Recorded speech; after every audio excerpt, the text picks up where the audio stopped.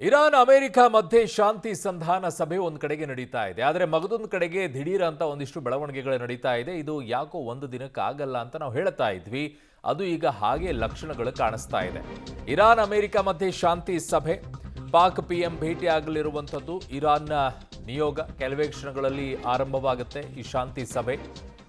ಪಾಕಿಸ್ತಾನದ ಪ್ರಧಾನಿಯನ್ನ ಇರಾನ್ನ ನಿಯೋಗ ಭೇಟಿಯಾಗಲಿದೆ. ಇಲ್ಲಿ ಮಧ್ಯಸ್ಥಿಕೆಯನ್ನ ಪಾಕಿಸ್ತಾನ ವಹಿಸಿಕೊಳ್ತಾ ಇದೆ. ಮಧ್ಯಾಹ್ನ 1:30ಕ್ಕೆ ಭೇಟಿಯಾಗುವಂತಹ ಸಾಧ್ಯತೆ ಇದೆ ಅಂತ ಈಗ ಹೇಳ್ತಾ ಇದ್ದಾರೆ. ಅಮೆರಿಕದ ನಿಯಮ ಉಲ್ಲಂಘನೆ ಬಗ್ಗೆ ಪ್ರಸ್ತಾಪವನ್ನ ಇರಾನ್ ಮಾಡಲಿದೆ.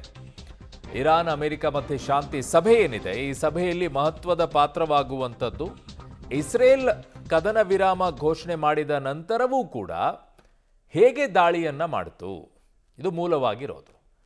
ಜೊತೆಗೆ ಇಸ್ರೇಲ್ ಇದರಲ್ಲಿ ಇಲ್ಲ. ಸೊ ಇಸ್ರೇಲ್ನ ಭಾಗಿಯಾಗಿನೇ ಈಗ ಅಮೆರಿಕ ಇದರಲ್ಲಿ ಇದೆ. ಸೊ ಈಗ ಅಮೆರಿಕ ಕೂಡ ಇದಕ್ಕೆ ಒಪ್ಪಿಗೆಯನ್ನು ಸೂಚಿಸಿ ಬಂದರೂ ಕೂಡ ಇಸ್ರೇಲ್ ಒಪ್ಕೊಳ್ಳುತ್ತಾ ಲೆಬನಾನ್ ಮೇಲೆ ದಾಳಿ ಆಗದಿರೋದ್ರ ಬಗ್ಗೆ? ಯಾಕಂದರೆ ಇಸ್ರೇಲ್ಗಿರೋದೇ ಹಿಜ್ಬುಲ್ಲಾ ಮೇಲೆ ಟಾರ್ಗೆಟ್. ಅಲ್ಲಿ ಏನು ಮಾಡುತ್ತೆ ಅನ್ನುವಂಥದ್ದನ್ನು ನೋಡಬೇಕಾಗಿದೆ.